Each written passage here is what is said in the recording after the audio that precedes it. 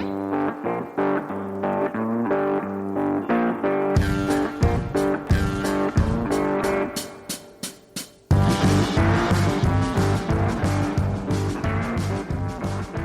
to our Bible study. We're in Matthew chapter 21. My name's Glenn, and I'm here with Steve.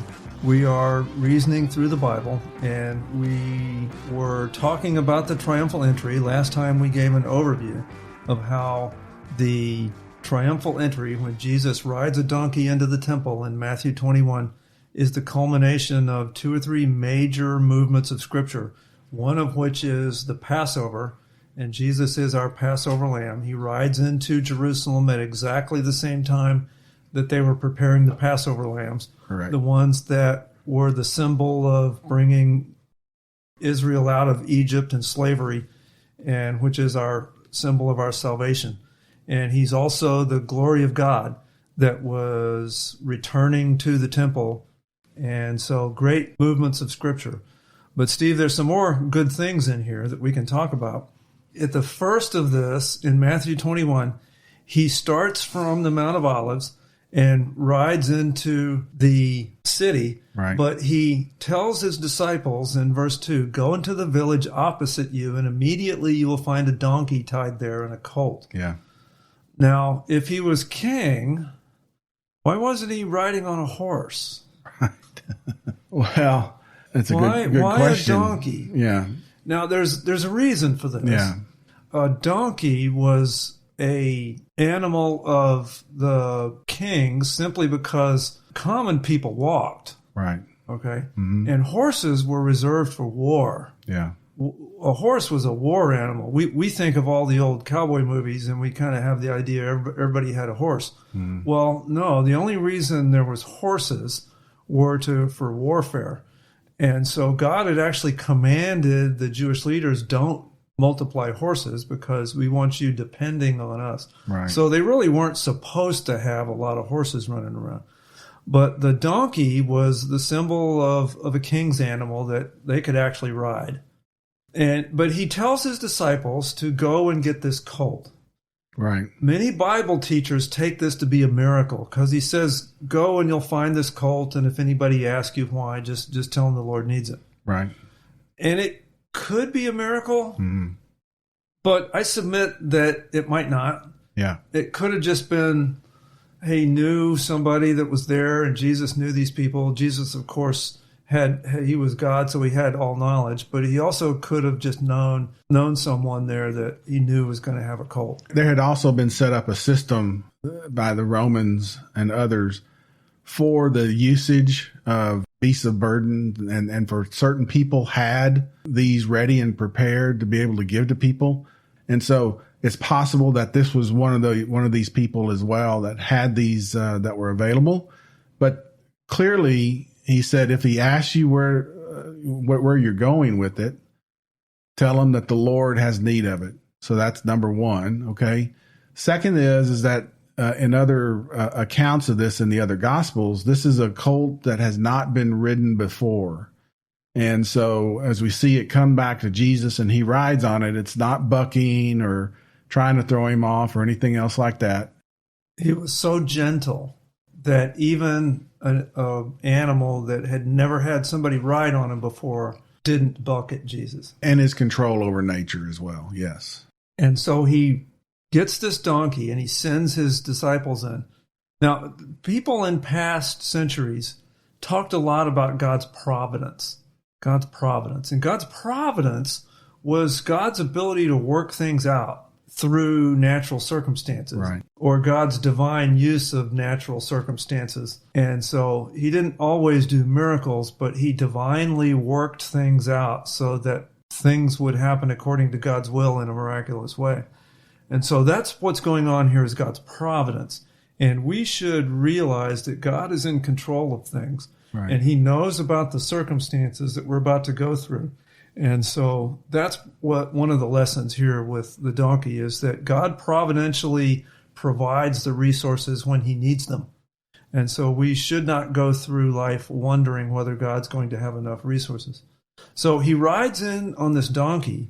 Now I contrast this with Revelation 19. Jesus returns riding on a horse. He comes as a conquering king. Yeah. And if you read that passage, it talks about this glory, and it's kind of a fearful time. And so there will come a time when Jesus comes back as the conquering hero, riding a horse, and he comes in to take over. What's ironic is the first time Jesus came, they wanted a conquering king, and they had gentle Jesus, meek and mild, riding on a donkey. And this next time, we're going to want gentle Jesus, and he's going to come back as a conquering hero. The first time he came in peace. The second time he's going to come in judgment and wrath.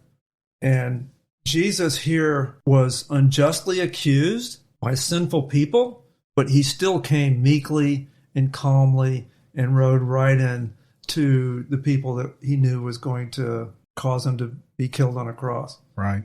There's people also wonder about the palm branches themselves and where does that come into, how does that come into effect? Well, they were a symbol of the people's rejoicing over a military victory. And it kind of shows them again another way that they were accepting him as the warrior king or the messianic king. And previous to this, and hundreds of years before, there were two instances, both a person by the name Judah Maccabees and Simon Maccabee, that had brought military victory to the Jewish people, and they had also cleansed the temple and expelled the Gentile authorities as well. And that was the Syrian Greeks whenever they did that. And the Jewish people responded by waving the palm branches whenever they entered into the city. So here comes Jesus entering Jerusalem, and the Jewish people once again are putting out these palm branches, expecting him to set up the Messianic kingdom and expel the Gentile overlords, which in that case is the Romans that were there at the time. And then they also applied the following phrase, which I talked about in the last session: "Blessed is he that comes in the name of the Lord." This was a phrase that's an official Messianic greeting, and they were told that they were not to have a pause in between the two. So you couldn't say, "Blessed is he that comes in the name of the Lord." You had to say it all together at one time. And that this was a messianic meaning in regards to it. So we see both of these instances again where the people are accepting him as the messianic king and the actions that they're taking as well. But he is coming in and offering himself as the lamb, as we've talked about before. And the timing is at the feast of the Passover, not at the feast of the Tabernacles as well. Right. Now, I also think about the owner of these two animals, the donkey and the colt. They just had their animals out there, and somebody comes up to untie them. What are you doing? Oh, the Lord has need of them. Yeah. And so I think of you and I and all of us today. There are things that we have. Maybe it's our time. Maybe it's our resources. But each of us should be prepared to where somebody comes up and says, the Lord has need of this. Yeah. Would I be willing to give it up? And so each of us needs to ask ourselves that question. What would happen if the Lord comes up to you and says, I have need of this? Yeah. Would I be willing to give it up? And so that's one of the questions for each of us. Was Jesus rich? No. No, he didn't. He had basically the clothes on his back. He had the clothes. He didn't have a donkey to ride in. So it wasn't the latest model of chariot that he had. Right. He didn't even have a donkey. Right. And so then verses 4 and 5, Jesus is riding on a donkey, was this fulfillment of prophecy. Verse 5, behold your king. King, right. Matthew presents Jesus as king because he's doing kingly things. But Steve, as you pointed out, the people wanted him as king. They're laying out their coats just like a king would. The people, the common people, were treating Jesus as king because they wanted the Romans gone. Right. They wanted somebody to keep healing them and filling their belly. They didn't really want him because they're going to be fickle here in just a few days. These same people that are praising him here as the coming king, what's going to happen within just a few days? Right. They're going to be stirred up and they're going to be saying, we have no king but Caesar. And so the reason we know that is because in verse 9, Hosanna to the Son of David. What is Son of David there? That means from the lineage of the kingship. That comes from the Davidic covenant that we talked about of an everlasting kingdom. That the heir to the throne. Yeah. And again, they wanted a military leader to drive them out. And that's back in 2 Samuel 7, verses 12 and following. God gives this covenant with David. And then comes in the name of the Lord is a quote from Psalm 118, which uses Lord for the name of God, Yahweh. Mm-hmm. In the name of means by the authority of. So what they're doing by quoting these verses is they're claiming that this is the heir of David, the heir to the throne, that is coming by the authority of Yahweh and be the promised Messiah. The people recognized who he was. The leadership had rejected him. And right. Jesus had already decided back in chapter 16 he's going to the cross. So what do you think's going through the minds of the Jewish leaders at this point? They see this great crowd. They see all this adoration.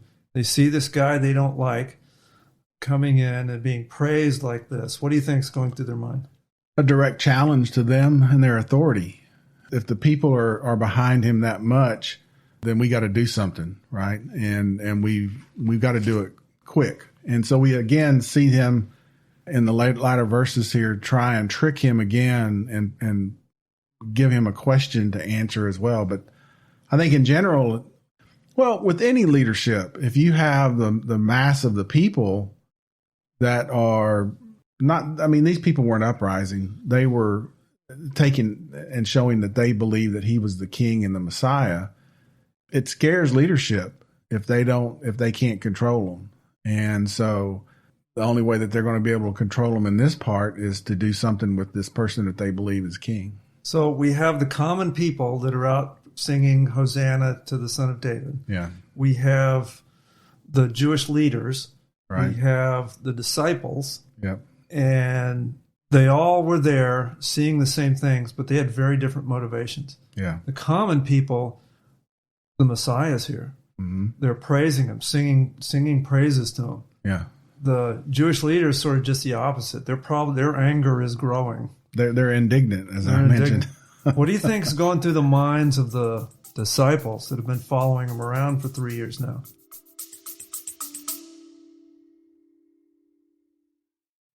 If you liked what you heard, subscribe to Reasoning Through the Bible today. Don't miss this opportunity to grow in your knowledge and love of God's Word. Subscribe to Reasoning Through the Bible on your favorite podcast platform.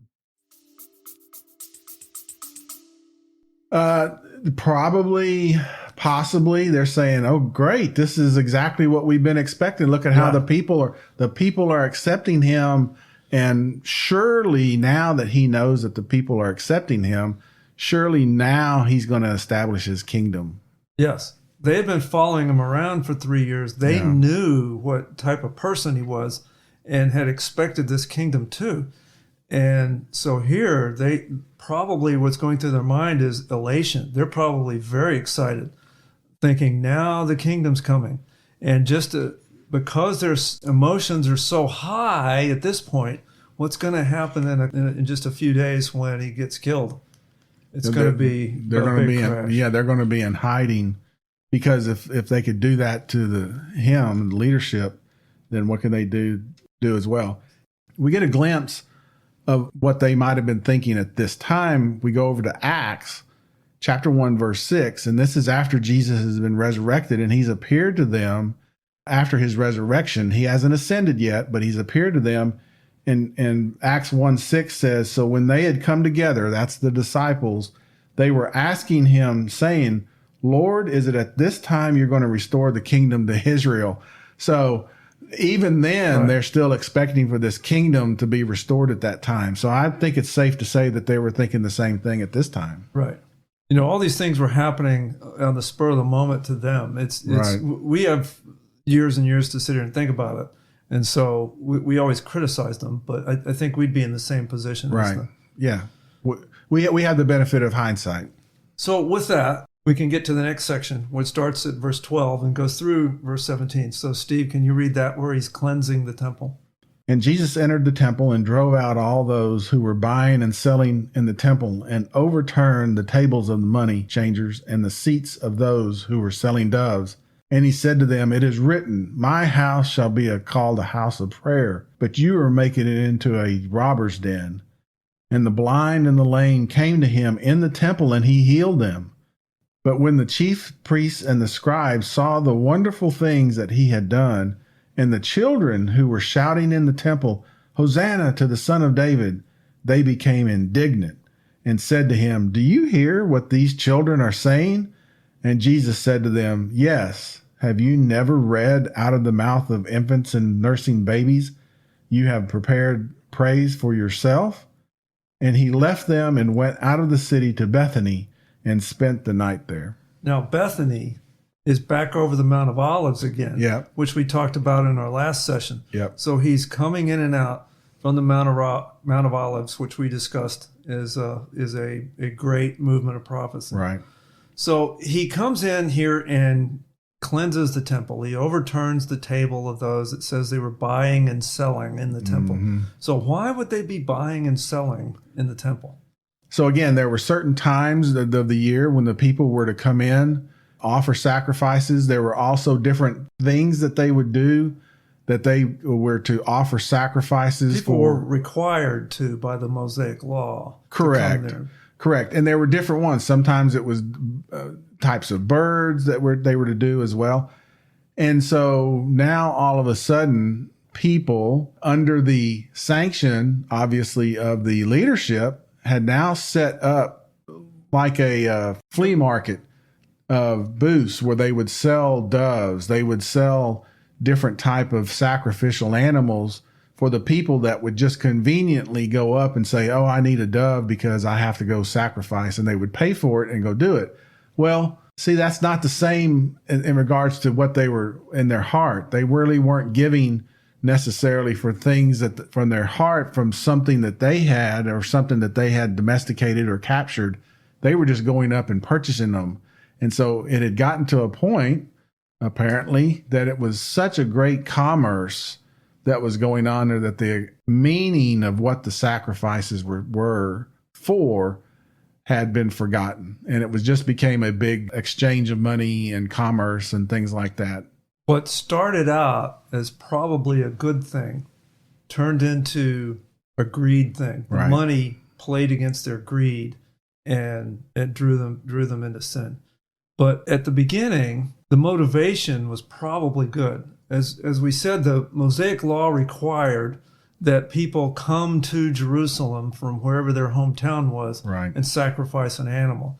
So in some cases, especially if you lived far away, it would make more sense to sell the animal back home and then take the money to Jerusalem and buy another animal, then sacrifice there. So in some cases, a practical thing that has an okay motivation to it. But as we just said, now it turns into a money-making thing, and their greed just plays to people. Greed sucks people in. An example of that would be the money changers. So they were to give temple taxes, and it was supposed to be a shekel, right, and of a certain denomination of coin. Well, that's what the money changers, the people would come in maybe with Roman coins or something, and they would make an exchange of the money so that they could then give the temple tax. Well, that's all good and well, because that way the temple operated on one type of a currency, but it had gotten to a point where they were charging more and more for the exchange of money, and it had just become a greed thing. Now, here's a trivia question for you, Steve. We'll see how good you remember this. At the end of verse 12, they were selling what? They were selling doves. Right.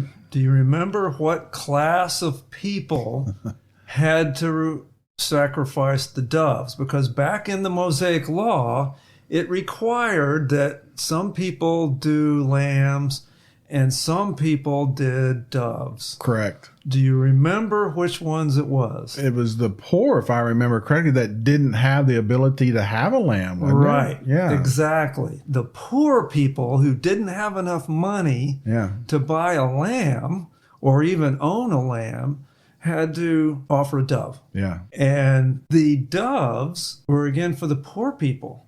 So they were selling them to the poorest of the poor, the people who didn't have enough money to sacrifice a lamb. Right. They had to do a dove. And so these priests had set up inside the temple. They didn't even move it outside. They had it inside the temple. And not only were they exchanging money and making a profit there, they were actually selling things and making a profit to the poorest of the poor. Instead of, again, the price of a dove would seem like they could afford to give those away to the poor people for a sacrifice or take a donation. But no, they were selling it to the poorest of the poor. That shows you the motivation here of these Jewish leaders. Us and our churches should always take heed with this, because we should not allow ourselves to get sucked in through greed or changing money inside our churches. Correct. Now, should churches and church leaders sell things in church? Can anything be sold in a church without having it tainted by this? It's not a right or wrong answer. Yeah. It's just a judgment call. And I think we should always look at what the world would see if we start selling things inside churches. You mean having a station where they're selling coffee in the foyer? Is that you're saying? Oh, there's we could come up with a series of examples. Yeah, I'm joking. I mean, there's been many a ministry that have sold various odd and assorted things for, selling prayer cloths and various things, just trying to make money. Right. Now, in verse 13, note that Jesus says he comes in and he cleanses it. He sees these people selling these things. And in verse 13, he says, "It is written, my house shall be called a house of prayer." Right. Whose house? My house. Right. Which is, again, my house is God's house. He's quoting Isaiah 56:7, which mentions that. But when he says my house, it's because it's his house. Right. He is God. Right. And as God, he can say that this is my house, and I'm not going to have it to be a den of robbers. And he drove out the religious leaders, but the blind and the lame were brought in and accepted. So Jesus is always loving and accepting towards those in need, but he is always judgmental towards hypocrisy and falsehood, especially in that of religious leadership. Verse 15, notice that the chief priests saw wonderful things that he had done. Yeah. Did they need a sign? What were they asking for just a couple of chapters ago? Exactly, a sign, right? And so again, it so shows, here they saw him right there in the temple, right in front of them. Once they saw a sign, did they now, okay, he's really the Messiah, I'm going to accept him? No, they became indignant. And again, it's wonderful things. As we've talked about before, blind people are made to see, lame people are made to walk. People that have a death sentence of leprosy are clean. People are raised from the dead. When he raised Lazarus from the dead, they were then out to kill Lazarus as well, because he was an actual depiction of what he had done. So it just shows the dichotomy between this leadership, the stubbornness, I should really say. The stubbornness and callousness of their heart, and how far away they were from what the actual faith in God and his workings and everything else like that. They were just, I'm pausing and stuttering here because it's kind of hard to put in words. Just so callous. Yeah. I mean, these were blind people, and this was a day of manual labor. Yeah. And blind people would have been destitute and poor. Right. And they were there probably begging. And the Jewish leaders see these blind men, lives change. They could see again now. That changes everything in their life. And the Jewish leaders were so callous that they're more interested in killing Jesus than they are realizing that this wonderful thing had just happened right in front of them. It does bring to my mind, Glenn, people that I have talked to in the past, and I'm sure that you have talked to them too, and I'm sure there's people in our audience, listeners, that have talked to others too, and you witness to them and you tell them about Jesus, and mainly you do it through maybe something that has happened in your life. You give your personal testimony and things that can only be attributed to God and the benefit that you have from that. I mean, I have a few of those stories that it's not coincidence. It can only be through God. And as you tell these to these people, the non-believers, the ones who just don't want to believe, they'll always come up with some short, well, yes, this, or yes, that, or no, that's just a myth, or anything like that. And you realize that it doesn't matter what you say or what it would ever be, that they're just not going to believe, right? And one question that you could ask them is, if Christianity were true, would you believe? And if their answer is no, well, then there's really nothing that you could tell them that they're ever going to make them believe. So that's a question that you can ask people. And that's what I kind of put these leadership in, that it didn't matter what Jesus, they had their mind set up. He was not the Messiah. It didn't matter what he was going to do. They were going to get rid of him. There's 1,000 objections that non-believers will give. Oh, if I only saw this, or what about that, or this and this. One question that our listeners can always use that's very powerful is, if I come up with an answer to that, would you believe and accept Jesus? Right. Yeah. Yeah. And if the answer is no, then I'm wasting my time trying to answer the question. Right. Correct. Yeah. And again, these priests here are an example. They had been asking in earlier chapters, show us a sign. Well, here's a sign right there in front of them. Right. And all it did was make them more indignant and more angry. So still today, people would say, oh, if I only saw a miracle, maybe I'd believe. Well, these people saw multiple miracles right there in front of them, and they didn't believe because they didn't want to believe. Other things that you've also brought up as we've gone through here, Glenn, you've pointed out at different points the people that are coming to him wanting to be healed, and he heals them. He has compassion on them, or he sees them, or he stops, or he takes time. And here he is in his last week, and he knows where he's going, and he's in the temple, and people are still coming to him. In verse 14, it says, the blind and the lame came to him in the temple, and he healed them. He's still taking time out, even into this last week of him being here before his crucifixion and resurrection, healing people. He always made time for those in need. And then we can take comfort in that because he'll always take time for us. So, and then the children, in the middle of verse 15, and the Jewish leaders say they saw the children who were shouting in the temple, Hosanna to the Son of David, and they became indignant. Yeah. They became indignant when children were calling out to Jesus. And Jesus then quotes Psalm 8. He's saying that God is using the children to prepare praise for himself.